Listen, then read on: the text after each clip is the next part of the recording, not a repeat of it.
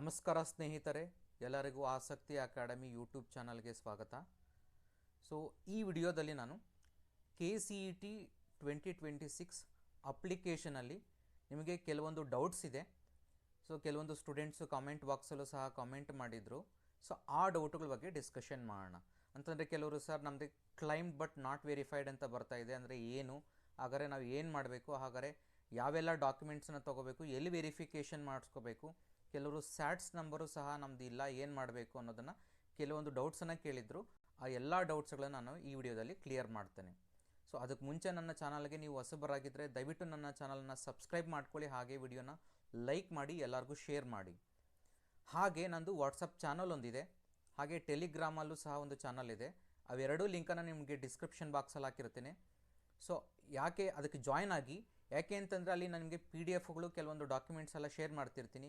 ನಿಮಗೆ ಯೂಸ್ ಆಗುವಂತಹ documents like CET related, competitive examination, theory related ಯಾವುದೇ ನೋಟಿಫಿಕೇಷನ್ಸ್ ಬಂದರೂ ಸಹ ನಾನು ನಿಮ್ಗೆ ಅಲ್ಲಿ ಪಾಸ್ ಮಾಡ್ತಿರ್ತೀನಿ. ಹಾಗಾಗಿರೋದ್ರಿಂದ ಅವೆರಡೂ ಲಿಂಕನ್ನು ನಿಮಗೆ ಡಿಸ್ಕ್ರಿಪ್ಷನ್ ಬಾಕ್ಸಲ್ಲಿ ಹಾಕಿರ್ತೀನಿ, ಜಾಯ್ನ್ ಆಗಿ. ಈಗ ಬರೋಣ ಡೈರೆಕ್ಟಾಗಿ ವಿಡಿಯೋಗೆ. ಸೊ ಕೆಲವು ಸ್ಟೂಡೆಂಟ್ಸ್ ಕೇಳ್ತಿದ್ರು, ನೀವು ಸ್ಕ್ರೀನ್ ಮೇಲೆ ನೋಡ್ಬೋದು, sir claimed but not verified ಅಂತ ಬರ್ತಿದೆ. ಅದರಲ್ಲಿ different pattern. Claimed but not verified ಅಂತಂದರೆ ಏನು, ಹಾಗಾದರೆ ಡಾಕ್ಯುಮೆಂಟ್ಸ್ ಯಾವುದೆಲ್ಲ ತೊಗೋಬೇಕು, ವೆರಿಫಿಕೇಷನ್ ಎಲ್ಲಿ ಮಾಡಿಸ್ಕೋಬೇಕು ಅಂತಂದರೆ, ಮೊದಲನೇದಾಗಿ ಕ್ಲೈಮ್ಡ್ ಬಟ್ ನಾಟ್ ವೆರಿಫೈಡ್ ಅಂತ ಮೇಜರ್ ಆಗಿ ನೀವು ನೋಡ್ತಿರುವಂಥದ್ದು. ಸೊ ಸ್ಟಡಿ ಡೀಟೇಲ್ಸಲ್ಲಿ ಕೆಲವ್ರಿಗೆ ಏನಾಗಿದೆ ಅಂತಂದರೆ, ನಿಮಗೆ ಕೆಲವೊಂದು ಕ್ಲೈಮ್ ಆಗಿರುತ್ತೆ ಬಟ್ ನಾಟ್ ವೆರಿಫೈಡ್ ಅಂತ ಬಂದಿರುತ್ತೆ. ಏನು ಕ್ಲೈಮ್ ಬಟ್ ನಾಟ್ ವೆರಿಫೈಡ್ ಅಂತಂದರೆ, ನೀವು ಕೆಲವು ಸ್ಯಾಟ್ಸ್ ನಂಬರನ್ನು ಹಾಕಿದಾಗ ಕೆಲವೊಂದು ಡೇಟಾ ಆಟೋಮೆಟಿಕಲಿ ಅದರಲ್ಲಿ ಫೆಚ್ ಆಗುತ್ತೆ. ಸೊ ಆ ಥರ ಫೆಚ್ ಆದಾಗ ಆಟೋಮೆಟಿಕಲಿ ಅದು ಟಿಕ್ ಮಾರ್ಕ್ ಬರುತ್ತೆ. Tick mark green mark tick mark ಬಂತು ಅಂತಂದರೆ ಅದರ ಇಂಡಿಕೇಶನ್ ಏನಪ್ಪ ಅಂತಂದರೆ, ನಿಮ್ಮ ಡೇಟಾ ಆಲ್ರೆಡಿ ಅವ್ರ ಹತ್ರ ಇದೆ, ಅದನ್ನು ನೀವು ವೆರಿಫಿಕೇಷನ್ ಮಾಡೋ ನೆಸೆಸಿಟಿ ಇಲ್ಲ ಅಂತ. ಕೆಲವರಿಗೆ ಏನಾಗಿದೆ, ಒಂದು 3rd standard 4th standard, 1st ಇಂದ 5th ಸ್ಟ್ಯಾಂಡರ್ಡ್ ಅಲ್ಲಿ ಆ ಥರ ಗ್ರೀನ್ ಮಾರ್ಕ್ ಬಂದಿದೆ, ಉಳಿದಿರುವಂಥದ್ದು ಯಾವುದೂ ಬಂದಿಲ್ಲ. ಅದನ್ನು ನೀವೇನು ಮಾಡಿರ್ತೀರ, ಆ್ಯಡ್ ಮಾಡಿರ್ತೀರ. ಆ ಆ್ಯಡ್ ಮಾಡಿರೋದನ್ನು ನೀವೇನು ಮಾಡಬೇಕು, ವೆರಿಫಿಕೇಷನ್ ಮಾಡಿಸ್ಕೋಬೇಕು. ಆಟೋಮೆಟಿಕಲಿ ಫೆಚ್ ಆಗಿರುವಂಥದ್ದನ್ನು ನೀವು ವೆರಿಫಿಕೇಷನ್ ಮಾಡ್ಕೊಳ್ಳೋ ನೆಸೆಸಿಟಿ ಇಲ್ಲ. ಬಟ್ ನೀವೇನೆಲ್ಲ ಅಡಿಷನಲಾಗಿ ಆ್ಯಡ್ ಮಾಡಿದ್ರೆ, ಎಕ್ಸಾಂಪಲ್ಗೆ ನಾನು ಹೇಳ್ತಿದ್ದೀನಿ, ಕೆಲವ್ರದ್ದು ಸ್ಯಾಟ್ಸ್ ನಂಬರ್ ಹಾಕಿದಾಗ ಏನಾಗಿದೆ ಅಂತಂದರೆ, 1st ಸ್ಟ್ಯಾಂಡರ್ಡಿಂದ 5th standard details fetch ಆಗಿದೆ. ಯಾವ್ಯಾವ ಸ್ಕೂಲಲ್ಲಿ ಓದಿದ್ದೀರಾ ನೀವು ಅನ್ನೋದನ್ನು ಆಟೋಮೆಟಿಕಲಿ ಅದರಲ್ಲಿ ಡೇಟಾ ಅಪ್ಡೇಟ್ ಆಗಿದೆ. ಉಳಿದಿರುವಂಥದ್ದು ನೀವೇನು ಮಾಡಬೇಕು, ಆ್ಯಡ್ ಮಾಡಬೇಕಾಗುತ್ತೆ. ಯಾಕೆಂದರೆ 1st ಸ್ಟ್ಯಾಂಡರ್ಡಿಂದ ಹಿಡಿದು 12th ಸ್ಟ್ಯಾಂಡರ್ಡ್ವರೆಗೂ ಯಾವ್ಯಾವ ಸ್ಕೂಲು ಕಾಲೇಜಲ್ಲಿ ಓದಿರ್ತೀರ ಎಲ್ಲ ಡೀಟೇಲ್ಸನ್ನು ಎಂಟ್ರಿ ಮಾಡಬೇಕಾಗಿರೋದ್ರಿಂದ 1st standard to 5th standard ಕೆಲವರಿಗೆ ಫೆಚ್ ಆಗಿದೆ. ಉಳಿದಿರುವಂಥ ಡೀಟೇಲ್ಸ್ ಯಾವುದು, 6th standard, 7th, 8th, 9th, 10th, ಹಾಗೆ 11th ಸ್ಟ್ಯಾಂಡರ್ಡ್, 12th ಸ್ಟ್ಯಾಂಡರ್ಡ್, ಈ ಡೇಟಾ ಏನಾಗಿರುತ್ತೆ, ಆಟೋಮೆಟಿಕಲಿ ಫೆಚ್ ಆಗಿರಲ್ಲ ಅಂತ ಅಂದ್ಕೊಳ್ಳಿ. ಹಾಗೆ ನೀವೇನು ಮಾಡಬೇಕು ಅಂತಂದರೆ, 1st standard to 5th standard automatically data fetch ಆಗಿದೆ ಅಂದರೆ ಆಟೋಮೆಟಿಕಲಿ ವೆರಿಫಿಕೇಷನ್ ಆಗಿದೆ. ಅದು ನೀವು ನೆಕ್ಸ್ಟ್ ರಿಮೈನಿಂಗ್ ಅಂತಂದರೆ 6th ಸ್ಟ್ಯಾಂಡರ್ಡಿಂದ ಹಿಡಿದು ರಿಮೈನಿಂಗ್ ಡೇಟಾ ಏನಿದೆ, ಸೊ ಅದನ್ನೆಲ್ಲ ಏನು ಮಾಡಬೇಕು, ಯಾವ್ಯಾವ ಸ್ಕೂಲಲ್ಲಿ ಓದಿದ್ದೀರಾ ಆ ಸ್ಕೂಲಲ್ಲಿ ನೀವು ಹೋಗಿ ಸ್ಟಡಿ ಸರ್ಟಿಫಿಕೇಟನ್ನು ತೊಗೊಬರಬೇಕು. ಕೆಲವರು ಕೇಳ್ತಿದ್ರು, ಸರ್ ಸ್ಟಡಿ ಸರ್ಟಿಫಿಕೇಟ್ ಯಾವ ಥರ ಅದನ್ನು ಮಾಡಿಸ್ಕೊಳ್ಳೋದು. ಕೆಲವೊಂದು ಸ್ಕೂಲುಗಳಲ್ಲಿ ಏನಾಗಿದೆ, ಅವರೇ ಸ್ಟಡಿ ಸರ್ಟಿಫಿಕೇಟನ್ನು ಕೊಟ್ಟಿದ್ದಾರೆ, ಬಟ್ ಅದರಲ್ಲಿ ನಿಮಗೆ ಗೌರ್ಮೆಂಟ್ ಏನು ಎಕ್ಸ್ಪೆಕ್ಟ್ ಮಾಡ್ತಿರುತ್ತೆ ಅದು ಕೆಲವೊಂದು ಡೀಟೇಲ್ಸ್ ಇರೋದಿಲ್ಲ. ಹಾಗಾಗಿರೋದ್ರಿಂದ ನೀವು ಬುಕ್ ಸ್ಟೋರ್ಗಳಲ್ಲಿ ಹೋಗಿ ಕೇಳಿದ್ರೆ, ಸ್ಟೇಷನರಿ ಸ್ಟಾಪ್ಸಲ್ಲಿ ಕೇಳಿದ್ರೆ ಸ್ಟಡಿ ಸರ್ಟಿಫಿಕೇಟ್ ಕೊಡಿ ಅಂತ ಹೇಳಿದ್ರೆ ಒಂದು ಕೊಡ್ತಾರೆ ನಿಮಗೆ ಸ್ಟಡಿ ಸರ್ಟಿಫಿಕೇಟನ್ನು. 1 ರೂಪಾಯಿನೋ 2 ರೂಪೀಸೇ ಇರುತ್ತೆ.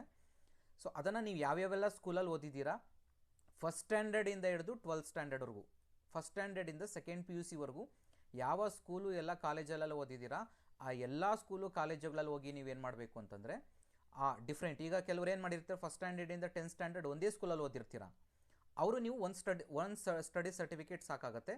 ಹಾಗೆ PUCಗೆ 2 ಬೇಕಾಗುತ್ತೆ. ಕೆಲವರು ಏನು ಮಾಡಿರ್ತೀರಾ, 1st ಸ್ಟ್ಯಾಂಡರ್ಡಿಂದ 5th ಸ್ಟ್ಯಾಂಡರ್ಡ್ ಒಂದು ಸ್ಕೂಲಲ್ಲಿ ಓದಿರ್ತೀರಾ, 6th 7th ಒಂದು ಸ್ಕೂಲಲ್ಲಿ ಓದಿರ್ತೀರಾ, 8th 9th 10th ಸ್ಟ್ಯಾಂಡರ್ಡ್ ಇನ್ನೊಂದು ಸ್ಕೂಲಲ್ಲಿ ಓದಿರ್ತೀರಾ. ಆಗೇನು ಮಾಡಬೇಕು, ಡಿಫ್ರೆಂಟ್ 3 ಸ್ಟಡಿ ಸರ್ಟಿಫಿಕೇಟ್ ಬೇಕಾಗುತ್ತೆ. ನೀವು ಎಷ್ಟು ಸ್ಕೂಲಲ್ಲಿ ಓದಿರ್ತೀರಾ ಅಷ್ಟು ಸ್ಕೂಲಲ್ಲಿ ಸಹ ನೀವು 1st ಸ್ಟ್ಯಾಂಡರ್ಡಿಂದ 12th ಸ್ಟ್ಯಾಂಡರ್ಡ್ವರೆಗೂ ಎಷ್ಟು ಸ್ಕೂಲ್ಗಳಲ್ಲಿ ಹೋಗಿ ನೀವು ಆ ಸ್ಟಡಿ ಡೀಟೇಲ್ಸನ್ನು ಎಂಟ್ರಿ ಮಾಡಿಸ್ಕೊಳ್ಳಿ. ಸ್ಟೇಷನರಿ ಶಾಪ್ಸಲ್ಲಿ ಸಿಗುತ್ತೆ ಅದು ನಿಮಗೆ. ಆ ಸರ್ಟಿಫಿಕೇಟನ್ನು ತೊಗೊಂಡೋಗಿ ಸ್ಕೂಲಲ್ಲಿ ಕೊಟ್ಟರೆ ನಿಮಗೆ ಅದನ್ನು ಫಿಲ್ ಮಾಡಿ ಕೊಡ್ತಾರೆ. ಜೊತೆಗೆ ಅಲ್ಲಿ BO ಸಿಗ್ನೇಚರ್ ಬೇಕಾಗುತ್ತೆ. BOದು ನಿಮ್ಮ ಲೆಫ್ಟ್ ಸೈಡಲ್ಲೇ ಇರುತ್ತೆ, ನಿಮಗೆ ಕ್ಷೇತ್ರ ಶಿಕ್ಷಣಾಧಿಕಾರಿಗಳ ಸಹಿ ಅಂತ ಇರುತ್ತೆ, ಅಲ್ಲಿ ಮೊಹರು ಮತ್ತು ಸಹಿ ಅಂತ ಇರುತ್ತೆ. ಅಲ್ಲಿ ನೀವೇನು ಮಾಡಬೇಕಾಗತ್ತೆ, BO ಅವ್ರದ್ದು ಸಿಗ್ನೇಚರ್, ಅವ್ರ BS ಸಿಗ್ನೇಚರ್ ಎಲ್ಲಿ ಬರುತ್ತೆ ಆಫೀಸ್ ಅನ್ನೋದು ನಿಮ್ಗೆ ಗೊತ್ತಾಗಲಿಲ್ಲ ಅಂದರೆ, ನಿಮ್ಮ ಆ ಸ್ಕೂಲಲ್ಲಿ ಹೋಗಿರ್ತೀರಲ್ವ ಡೇಟಾ ಫಿಲ್ ಮಾಡಿಸ್ಕೊಳ್ಳೋಕ್ಕೆ ಆ ಸ್ಕೂಲಲ್ಲೇ ಕೇಳಿ. ಸರ್ ನೀವು ಈ ಸ್ಕೂಲಿಗೆ ಬಿ ಯು ಆಫೀಸ್ ಎಲ್ಲಿ ಬರುತ್ತೆ ಅಂತ ಕೇಳಿದ್ರೆ ಅವರೇ ನಿಮಗೆ ಎಕ್ಸ್ಪ್ಲೈನ್ ಮಾಡ್ತಾರೆ ಎಲ್ಲಿರುತ್ತೆ ಅಂತ. ನೀವು ಅಲ್ಲಿ ಹೋಗಿ ಅಲ್ಲಿ ನೀವು ಸಿಗ್ನೇಚರ್ ಮತ್ತು ಸಿಗ್ನೇಚರ್ ಹಾಕ್ಸ್ಕೊಂಡು ಜೊತೆಗೆ ಸೀಲ್ ಹಾಕ್ಕೊಡ್ತಾರೆ. ಅದನ್ನು ನೀವು ಕಂಪ್ಲೀಟ್ ಆಗೋದು ಫುಲ್ ಆಗುತ್ತೆ. ಆ ಡಾಕ್ಯುಮೆಂಟ್ಸ್ನೆಲ್ಲ ತೊಗೊಂಡು ನೀವು ಎಲ್ಲಿ ವೆರಿಫಿಕೇಷನ್ ಮಾಡಿಸ್ಕೋಬೇಕು ಹಾಗಾದರೆ ಅಂತಂದರೆ, ನಿಮ್ಮ ಕಾಲೇಜಿನಲ್ಲಿ, ನಿಮ್ಮ ಪಿ ಯು ಸಿ ಎಲ್ಲಿ ಓದ್ತಿರ್ತೀರ ಕಾಲೇಜಿನಲ್ಲಿ, ಅದೇ ಕಾಲೇಜಿನಲ್ಲಿ ಇದನ್ನು ವೆರಿಫಿಕೇಷನ್ ಮಾಡ್ತಾರೆ. ಆ ವೆರಿಫಿಕೇಷನನ್ನು ಮಾಡಿಸ್ಕೋಬೇಕಾಗತ್ತೆ ನೀವು. ಈಗ ಕೆಲವೊಂದು ಕಾಲೇಜುಗಳಲ್ಲಿ ಏನು ಮಾಡ್ತಿದ್ದಾರೆ, ಈಗ ವೆರಿಫಿಕೇಷನ್ ಇಲ್ಲ, ಯಾಕೆಂತಂದರೆ ಎಕ್ಸಾಮಿನೇಷನ್ ಟೈಮ್ ಇರೋದ್ರಿಂದ ನಿಮ್ಮ ಪಿ ಯು ಸಿ ಎಕ್ಸಾಮ್ ಆದ ನಂತರ ನೀವು ವೆರಿಫಿಕೇಷನ್ ಮಾಡಿಸ್ಕೋಬಹುದು. ಮಾಡಿಸ್ಕೊಂಡಿದ್ದಾದಮೇಲೆ ಅದಕ್ಕೇನೆಲ್ಲ ಡಾಕ್ಯುಮೆಂಟ್ಸ್ ತೊಗೊಂಡು ಹೋಗಬೇಕು ಅಂತಂದರೆ, ನಿಮ್ಮ ಅಪ್ಲಿಕೇಶನ್, ಈಗೇನು KCET ಅಪ್ಲಿಕೇಶನ್ ಇದೆ ಆ ಅಪ್ಲಿಕೇಶನನ್ನು ಪ್ರಿಂಟ್ ತೊಗೋಬೇಕು. ಹಾಗೆ ಸ್ಟಡೀಸ್ ಡೀಟೇಲ್ಸ್ ಏನೇನೆಲ್ಲ ಇರುತ್ತೆ ಅದನ್ನು ತೊಗೋಬೇಕು. ತೊಗೊಂಡು ಅದನ್ನು ಆ ಡೀಟೇಲ್ಸನ್ನೆಲ್ಲ ತೊಗೊಂಡೋಗಿ ನಿಮ್ಮ ಕಾಲೇಜಿನಲ್ಲಿ ತೋರಿಸಿದ್ರೆ ಅವರು ವೆರಿಫಿಕೇಷನ್ ಮಾಡ್ತಾರೆ.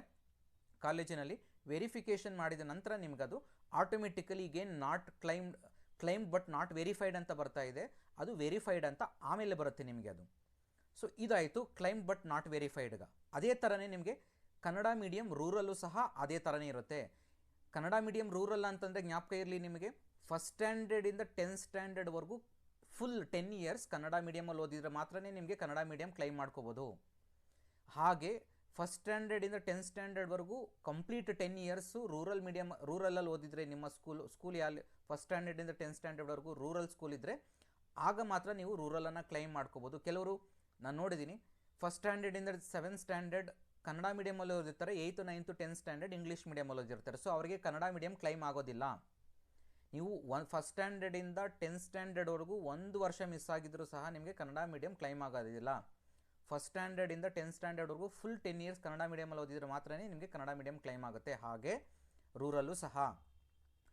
ಸೊ ಇವೆಲ್ಲ ಡಾಕ್ಯುಮೆಂಟ್ಸನ್ನು ನಿಮಗೆ ಕನ್ನಡ ಮೀಡಿಯಂ ಆದರೂ ಅಷ್ಟೇ ಇದೇ ಪ್ರೊಸೀಜರ್ ಇರುತ್ತೆ. ಫಸ್ಟ್ ಸ್ಟ್ಯಾಂಡರ್ಡಿಂದ 10th ಸ್ಟ್ಯಾಂಡರ್ಡ್ ಯಾವ್ಯಾವೆಲ್ಲ ಸ್ಕೂಲಲ್ಲಿ ಓದಿದ್ದೀರಾ ಸರ್ಟಿಫಿಕೇಟನ್ನು ಬುಕ್ ಸ್ಟೋರಲ್ಲಿ ಕೇಳಿ, ಕನ್ನಡ ಮೀಡಿಯಂ ಸರ್ಟಿಫಿಕೇಟ್ ಅಂತ ಕೊಡ್ತಾರೆ. ಹಾಗೆ ರೂರಲ್ ಸರ್ಟಿಫಿಕೇಟ್ಗೂ ಅದು ಸಹ ಕೇಳ್ತಾರೆ, ಅದು ಸಹ ನೀವು ಕೇಳಿದ್ರೆ ಕೊಡ್ತಾರೆ ಅಲ್ಲಿ. ಅದನ್ನು ತೊಗೊಂಡೋಗಿ ನಿಮ್ಮ ಸ್ಕೂಲ್ಗಳಲ್ಲಿ ಫಿಲ್ ಮಾಡಿಸ್ಕೊಂಡು ಎಲ್ಲ ಡಾಕ್ಯುಮೆಂಟ್ಸನ್ನು ರೆಡಿ ಮಾಡಿ ಇಟ್ಕೊಳ್ಳಿ. ಸೊ ಅದಾದ ನಂತರ ನೀವು ಸ್ಕೂಲಲ್ಲಿ ಕಾಲೇಜಲ್ಲಿ ಹೋಗ್ಬಿಟ್ಟು ಅದನ್ನು ಆ ಡಾಕ್ಯುಮೆಂಟ್ಸನ್ನು ಕೊಟ್ಟರೆ ನಿಮಗೆ ವಿತ್ ಅಪ್ಲಿಕೇಶನ್ ಕೊಟ್ಟಾಗ ನಿಮಗೆ ಅಲ್ಲಿ ವೆರಿಫೈ ಮಾಡಿ ನಿಮಗೆ ಕೊಡ್ತಾರೆ. ಅದಾದಮೇಲೆ ನಿಮಗೇನಾಗುತ್ತೆ ವೆರಿಫೈಡ್ ಅಂತ ಬರುತ್ತೆ. ಅಪ್ಲಿಕೇಶನಲ್ಲಿ ಮತ್ತೆ ಅಪ್ಡೇಟ್ ಆಗುತ್ತೆ, ಅದು ನಿಮಗೆ ವೆರಿಫೈಡ್ ಅಂತ ಬರುತ್ತೆ. ಇಷ್ಟು ನಿಮ್ಗೆ ಅರ್ಥ ಆಗಿದೆ ಅಂದ್ಕೊಳ್ತೀವಿ. ಕೆಲವು ಸ್ಯಾಟ್ಸ್ ನಂಬರ್ ಇಲ್ಲ ಸರ್ ಏನು ಮಾಡೋದು ಅಂತ. ಸ್ಯಾಟ್ಸ್ ನಂಬರ್ ಏನು ಮ್ಯಾಂಡೇಟ್ರಿ ಅಲ್ಲ. ಸ್ಯಾಟ್ಸ್ ನಂಬರ್ ಏನಕ್ಕೆ ಅಂತಂದರೆ ನಿಮ್ಮ ಡೀಟೇಲ್ಸ್, ಸ್ಟಡಿ ಡೀಟೇಲ್ಸ್ ಅಲ್ಲಿ ಕೆಲವೊಂದು ಇರುತ್ತೆ, ಹಾಗಾಗಿರೋದ್ರಿಂದ ಕೇಳ್ತಿದ್ದಾರೆ. ಇಲ್ಲಾಂದರೆ ಎಲ್ಲ ಆ್ಯಡ್ ಮಾಡಿ ಎಲ್ಲ ವೆರಿಫಿಕೇಷನ್ ಮಾಡಿಸ್ಕೋಬೇಕಾಗತ್ತೆ ಅಷ್ಟೇ. ನಿಮಗೆ ಸ್ಯಾಟ್ಸ್ ನಂಬರ್ ಬೇಕು ಅಂತಂದರೆ ನಿಮ್ಮ ಕಾಲೇಜುಗಳಲ್ಲೇ ಹೋಗಿ ಕೇಳಿ, ಅಲ್ಲಿ ಕೊಡ್ತಾರೆ. ಅವ್ರ ಹತ್ರ ಇರುತ್ತೆ ಸ್ಯಾಟ್ಸ್ ನಂಬರು, ಕೊಡ್ತಾರೆ. ಸೊ ಆ ಸ್ಯಾಟ್ಸ್ ನಂಬರ್ ಹಾಕಿದಾಗ ಕೆಲವೊಂದು ಡೇಟಾ ಫೆಚ್ ಆಗಿರುತ್ತೆ, ಕೆಲವರಿಗೆ ಫುಲ್ ಡೇಟಾ ಫೆಚ್ ಆಗೋದಿಲ್ಲ. ಯಾವುದೆಲ್ಲ ಫೆಚ್ ಆಗಿರೋದಿಲ್ಲ ಅದನ್ನು ಆ್ಯಡ್ ಮಾಡಿ ವೆರಿಫಿಕೇಷನ್ ಕಂಪಲ್ಸರಿಯಾಗಿ ಮಾಡಿಸ್ಕೋಬೇಕಾಗತ್ತೆ. ಸೊ ಅರ್ಥ ಆಗಿದೆ ಅಂದ್ಕೊಂಡಿರ್ತೀನಿ. ಈ ಎಲ್ಲ ಇಶ್ಯೂಸ್ ನೀವು ಕೆಲವು ಸ್ಟೂಡೆಂಟ್ಸ್ ಕಮೆಂಟ್ ಮಾಡ್ತಿದ್ರಿಂದ ನಾನು ನಿಮಗೆ ಎಕ್ಸ್ಪ್ಲೈನ್ ಮಾಡಿದ್ದೀನಿ. ಇನ್ನೂ ಏನಾದರೂ ನಿಮಗೆ ಡೌಟ್ ಇದ್ದರೆ ಕಮೆಂಟ್ ಬಾಕ್ಸಲ್ಲಿ ಕಮೆಂಟ್ ಮಾಡಿ. ಹಾಗೆ ಈ ವಿಡಿಯೋನ ದಯವಿಟ್ಟು ಲೈಕ್ ಮಾಡಿ, ಎಲ್ಲರಿಗೂ ಶೇರ್ ಮಾಡಿ. Thank you all.